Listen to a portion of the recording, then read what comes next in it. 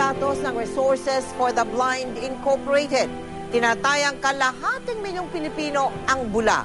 Hindi po kasama dyan ang bilang na mga lumalabo na ang paningin na patuloy din daw pong tumataas ayon sa mga pananaliksik. Isa na po dito si Teacher Alma de Borja na isang guro ng mga batang bulag. Kilalanin po natin siya.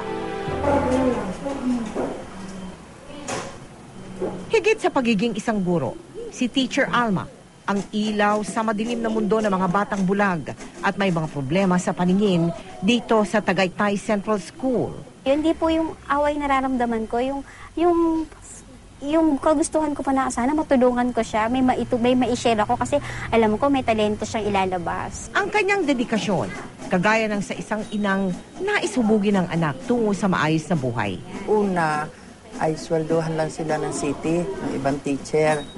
She is a very, very good teacher. She cares well for the children. Bait po siyang teacher.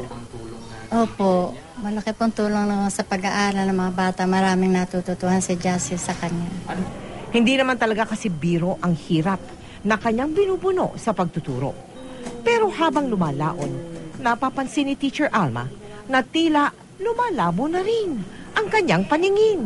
Importante po talaga na sighted yung magtuturo sa blind. Kasi nga, pag nag-braille dots, pag doon sa mga, sa braille nga po, braille dots, kami naman po, hindi po kami kakapae. Mahirap po kasi nga po, yun nga, sa halip na makikita mo agad yung ginawa ng bata ng kung tama ba o mali, hindi magto-twice kang tingin. Kaya naman patignan na natin sa mga espesyalista ang iyong mga mata, Teacher Alma. Tamang-tama. Dahil ika-4 na taon na ng 2020 Eye Project ng Kapuso Foundation. Libreng check-up at libreng salamin ang aming handog. May lecture pa tungkol sa wastong pangangalaga ng mga mata. Naghandog din ng kanta ang kapuso nating si Bea Binene. We would like to inform that whenever meron kayo mga headache, meron kayo mga panlalabo sa mata, so wag nating kakalimutan na ang kukonsultahin lang natin is ang mga optometrist. O Teacher Alma, isukat nyo na po ang inyong salamin.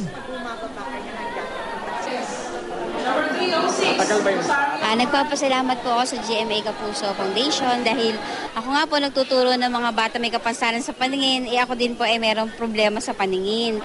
Mata raw ang instrumento para makita ang kagandahan ng buhay. At sa kwentong ibinahagi ni Teacher Alma, aming napagtanto, ang ganda ng buhay ay wala sa paningin, kundi nasa pananaw. Tulad ni Teacher Alma, mahigit 400 pang mga kapuso natin ang natulungan ng Kapuso 2020 Eye Project ng GMA Kapuso Foundation. Maraming salamat po sa Integrated Philippine Association of Optometrists at sa lahat ng mga tumulong sa proyektong ito. Para po sa mga nais makibahagi sa aming mga projects, maaari po kayo magsadya sa aming tanggapan o magdeposito sa aming mga bank account o sa anumang sangay ng Cebuana Luwalier. Maaari po mag-log on sa www.kapusofoundation.com.